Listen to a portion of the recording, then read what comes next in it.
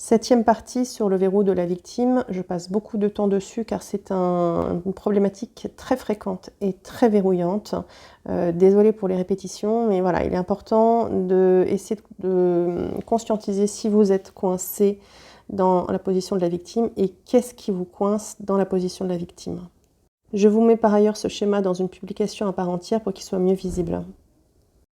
Alors, il faut savoir que les rôles de bourreau et de sauveur sont souvent interchangeables. C'est-à-dire que, par exemple, quand on a eu un parent bourreau, on va vouloir préserver l'image de notre parent, sauver notre parent pour qu'il devienne enfin notre sauveur. C'est-à-dire que l'enfant a absolument besoin de son parent pour survivre et il va chercher à sauver son parent, par exemple si c'est un parent dépressif, pour qu'enfin il puisse avoir un parent qui s'occupe de lui.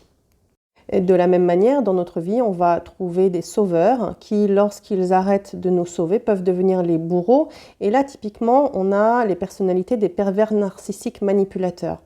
Un parent pervers narcissique manipulateur est extrêmement destructeur.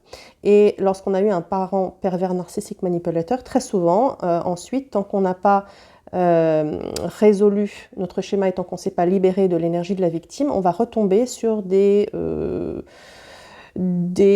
supérieurs hiérarchiques dans notre travail ou très souvent des conjoints qui sont aussi pervers narcissiques manipulateurs. Au départ, ils vont se présenter à nous comme des sauveurs, enfin quelqu'un qui nous aime, qui nous reconnaît, qui nous fait sentir que nous sommes une belle personne. Et puis, à un moment, il va basculer dans le rejet, le dénigrement, la dévalorisation.